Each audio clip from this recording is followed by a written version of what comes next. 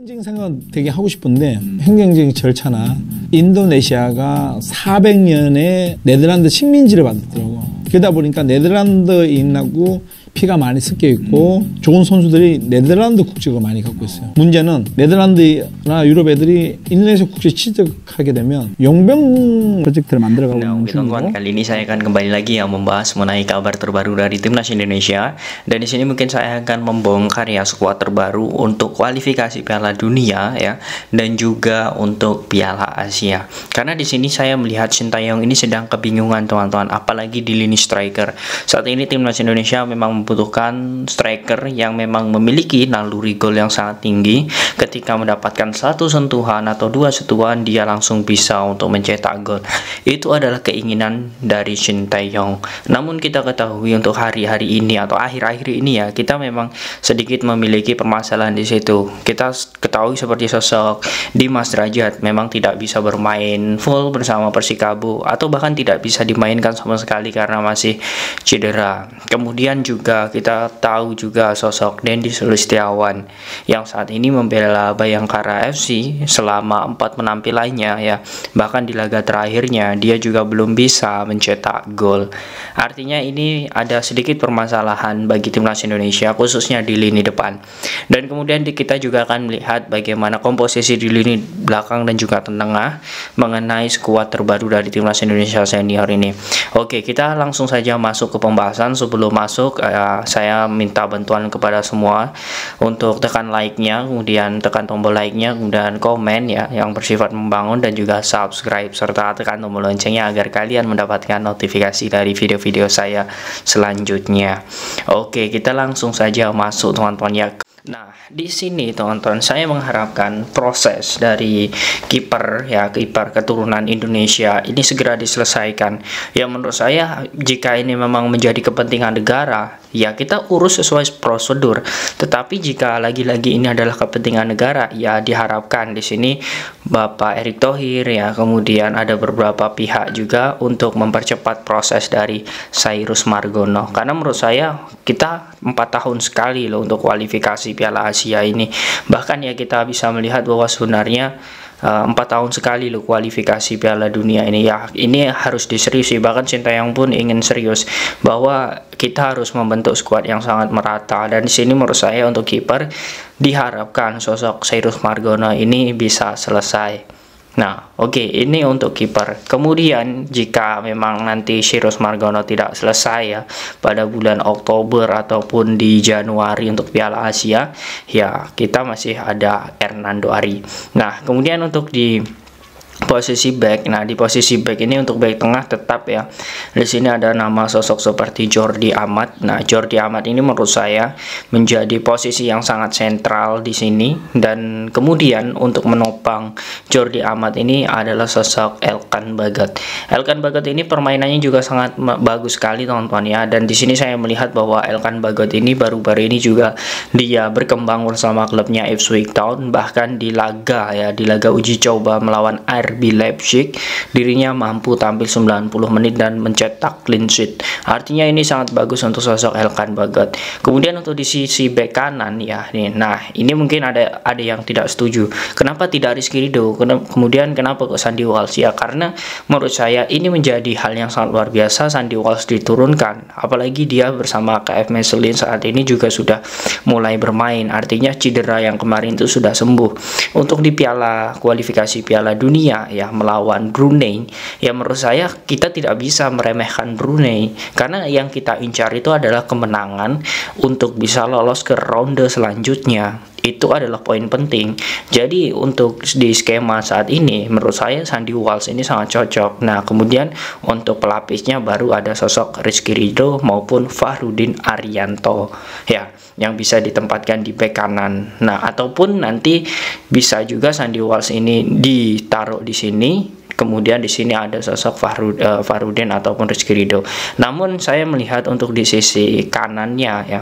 Di sini saya melihat untuk di sisi kanan ini ada sosok Asnawi. Nah, Asnawi ini permainannya juga sangat bagus. Asnawi ini juga memiliki mentalitas yang sangat bagus.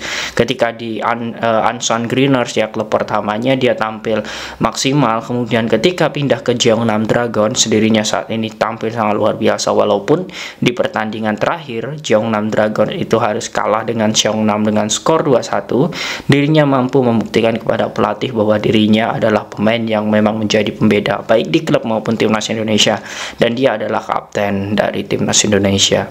Nah, kemudian untuk di sisi tengah atau di lini tengah ini menurut saya tetap ya, ini tidak ada menurut saya untuk di lini tengah ini perombakan itu tidak ada. Ya, ini ada sosok Mark Klok, kemudian Mark Klok akan ditopang dengan pemain yang memang saat ini bagus ya, bersama timnas permainannya sangat dingin, yakni Ivar Jenner.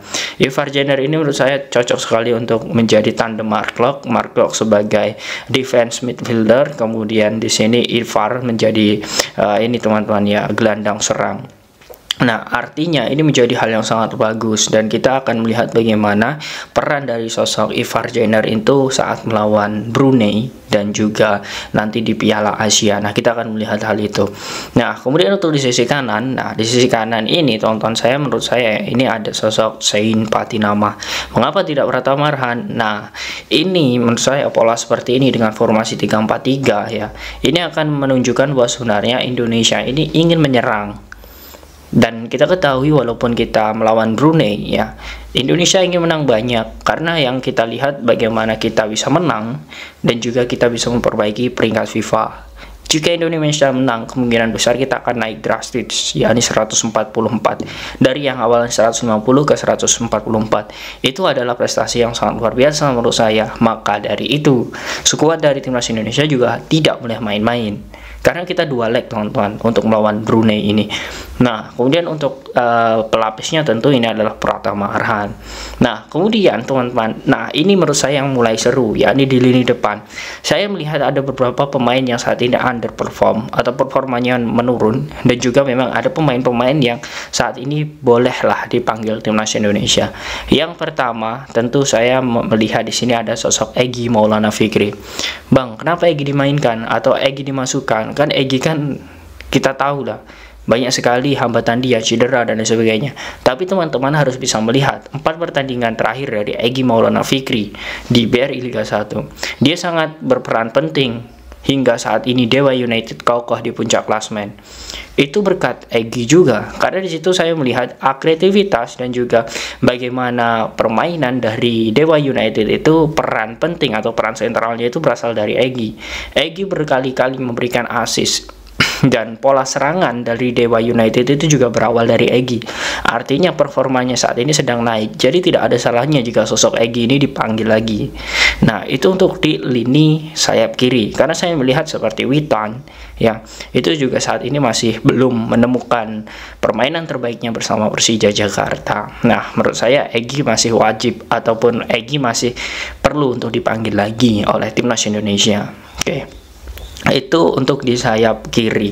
Kemudian untuk pengganti dari Egy ya, kita masih memiliki pemain lain seperti sosok Marcelino Ferdinand, kemudian Stefano Lillipali yang menurut saya bisa diturunkan nantinya jika memang Egy tidak starter seperti itu.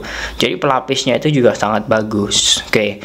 Kemudian untuk di lini striker. Nah, di lini striker ini mungkin yang bagi teman-teman semua, tadi kan Bang sudah dijelasin bahwa sosok Dendi dan juga Dimas itu cedera. Nah, ini mungkin kaget kalian semua teman-teman, yakni Yandi Sofian.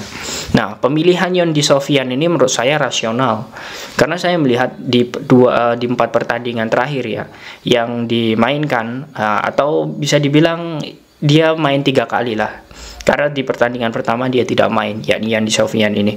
Nah, 3 kali pertandingan ini dia mampu mencetak 3 gol selama 3 pertandingan. Pertandingan pertama dia tidak main, kemudian pertandingan kedua dia hanya main 7 menit sebagai pengganti, kemudian pertandingan ketiga saat melawan Bayangkara FC ya, dia mencetak 2 gol dan berhasil menang ya saat itu Persikabo melawan Bayangkara FC dengan skor 3-1. Dan kemudian ketika main lagi melawan Persita ya, itu dia berhasil menyumbang 1 gol. Artinya secara produktivitas dia sebagai striker lokal yang mampu mencetak 3 gol dalam 3 pertandingan, ini sangat luar biasa, dan menurut saya ini patut untuk dicoba oleh Sinteyong. Ya, ini patut dicoba karena kita akan melihat bagaimana sebenarnya ketika di timnas Indonesia, apakah Yandi Sofyan nanti akan setel atau tidak. Ya, karena kita saat ini sangat krisis dengan striker. Menurut saya tidak ada salahnya untuk sosok Yandi Sofyan ini dicoba ya di timnas skuad Sinteyong ini, khususnya di lini striker. Nah, itu untuk sosok Yandi Sofyan, apalagi pengalaman dirinya selama membela timnas di kelompok umur ya, baik itu 19, kemudian U23, itu sudah tidak diragukan lagi. Dan bahkan sebelum dia pulang ke Indonesia, dia juga kenyang pengalaman di luar negeri. Artinya untuk sosok Yandi Sofyan ini ya kita masih bisa perhitungkan lah untuk bisa membela timnas Indonesia nantinya. Nah, itu untuk di striker murni. Kemudian untuk di sayap kanan, saya menempatkan sosok Rafael Struijk.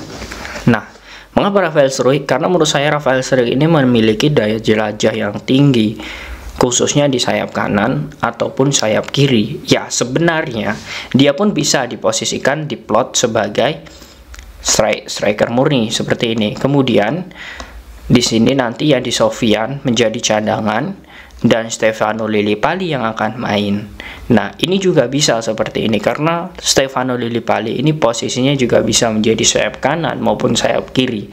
Ataupun jika Egy tidak bermain, itu ada sosok Marcelino Ferdinand yang mengisi sayap kiri.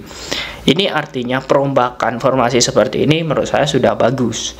Ini tergantung bagaimana kebutuhan tim nanti ketika Sinteyong akan memainkan pemain-pemain untuk menghadapi Brunei ataupun nanti di Piala Asia 2024. Nah, ini untuk sosok dua ini ya, antara Stefano dan Lillipali ini juga bisa juga dia bertukar posisi. Namun ya karena di sini kita akan melihat bagaimana Egy kembali ke Indonesia, ke timnas Indonesia, dan kita akan melihat bagaimana ketajaman Yandi Sofyan di timnas Indonesia. Ya, oke saja untuk babak pertama menurut saya tidak masalah diturunkan dengan formasi seperti ini. Kita akan melihat bagaimana timnas Indonesia dengan komposisi pemain yang menurut saya ini baru ya, seperti Yandi Sofyan dan juga Egy yang mulai mengenali sentuhan terbaiknya. Ini sangat bagus sekali. Nah, kurang lebih seperti ini teman-teman untuk line up terbaru dari timnas Indonesia untuk kebutuhan timnas saat ini. Nah, bagaimana menurut kalian teman-teman dengan skuad saat ini? Apakah ada beberapa pemain yang harus dirotasi lagi? Silahkan kalian tulis di kolom komentar.